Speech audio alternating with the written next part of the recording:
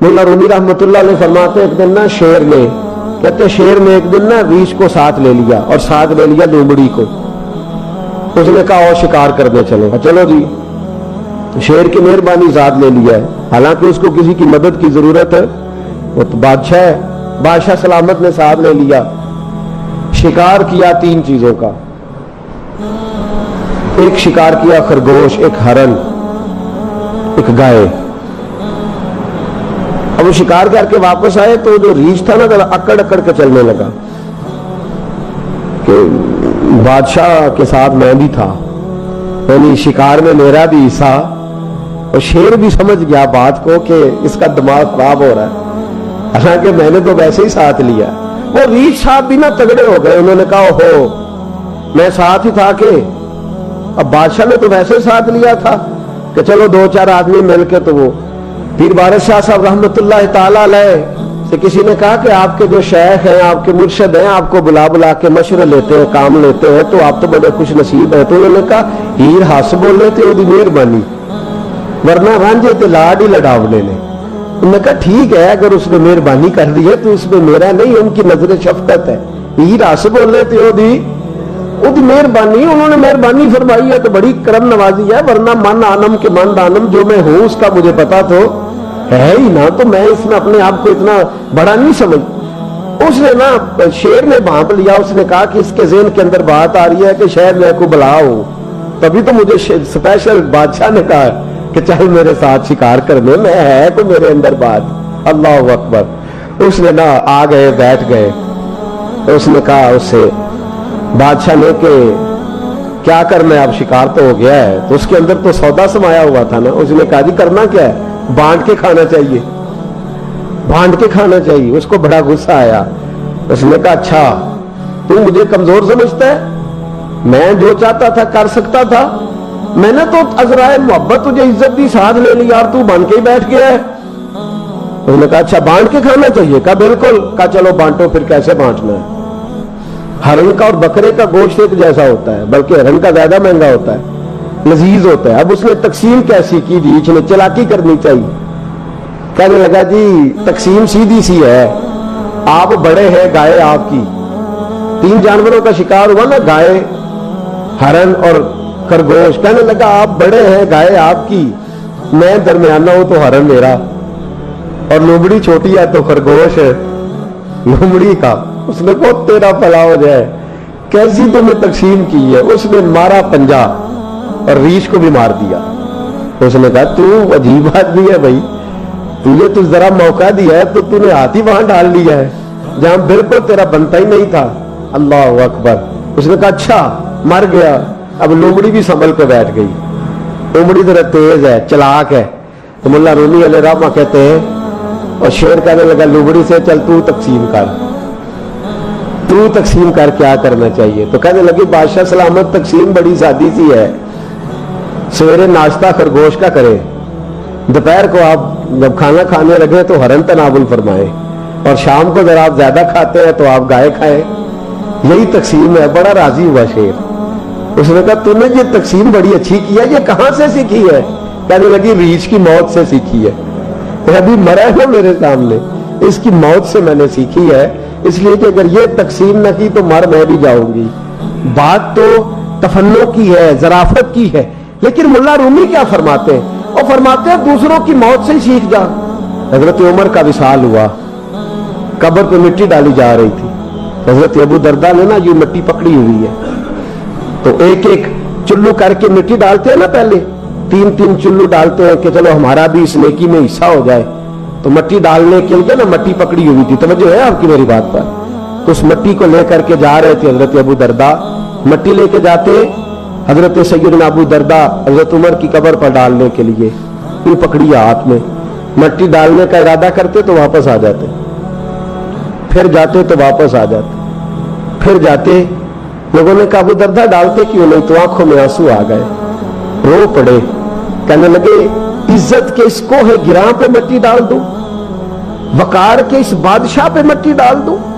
فرمانے لگے شہنشاہ کردار پر اس پر مٹی ڈال دوں.